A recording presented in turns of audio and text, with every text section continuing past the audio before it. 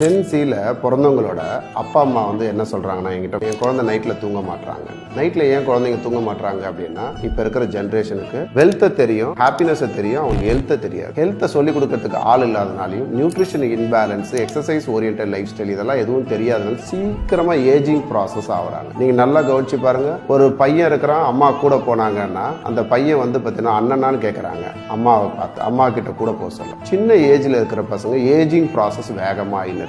என்ன காரணம்? உணவு கலாச்சாரம். இரவுல வந்து சாப்பிட்ற உணவு நைட்ல சுத்துறதுனால நிறைய கெட்ட பழக்கத்துக்கு வந்து அடிமையாகிறதுனால அதோட விளைவு என்ன ஆயிடுதுன்னா குழந்தைங்க வந்து பார்த்தீங்கன்னா ரொம்ப ஸ்ட்ரெஸ்ல போயிடுறாங்க. அவங்களுக்கு வந்து பார்த்தீங்கன்னா தூக்கம் இல்லாமல் போயிடும். அது வரணுன்றதுனால சில குழந்தைங்க என்ன பண்றாங்கன்னா நைட்ல வந்து ஸ்லீப்பிங் பில்ஸ் வந்து எடுக்கிறாங்க, சில பேர் ட்ரிங்க்ஸ் எடுக்கிறாங்க. அதோட விளைவு நம்ம குழந்தைங்க ரொம்ப சீக்கிரமா ஏஜிங் ப்ராசஸ் ஆகிறது மட்டும் இல்லாம ஆரோக்கியத்தை விட்டு விலகி போய் ஆயுள வந்து சீக்கிரமா முடிக்கிற அளவுக்கு சுச்சுவேஷனுக்கு உண்டாயிடுது. நீங்க உங்க குழந்தைய காப்பாற்றணும்னு நினைக்கிறீங்க, ஹெல்த்தியான லைஃப் ஸ்டைல்குள்ள போகணும்னு நினைக்கிறீங்க அப்படின்னா சபாபதி முத்துக்குமார் யூடியூப் சேனலுக்குள்ள வந்து பாருங்க. என்னை பத்தின மோர் இன்ஃபர்மேஷன் தெரிஞ்சுக்கலாம். உங்க ஃபேமிலியும் பெனிஃபிட் அடையணும்னு ஆசைப்பட்டீங்கன்னா கிளிக் பண்ணிட்டு என்னோட வாட்ஸ்அப்க்கு கான்டாக்ட் பண்ணுங்க. நான் உங்களுக்கு ஹேல்ப் பண்ணி கேட்பேன். Nice day.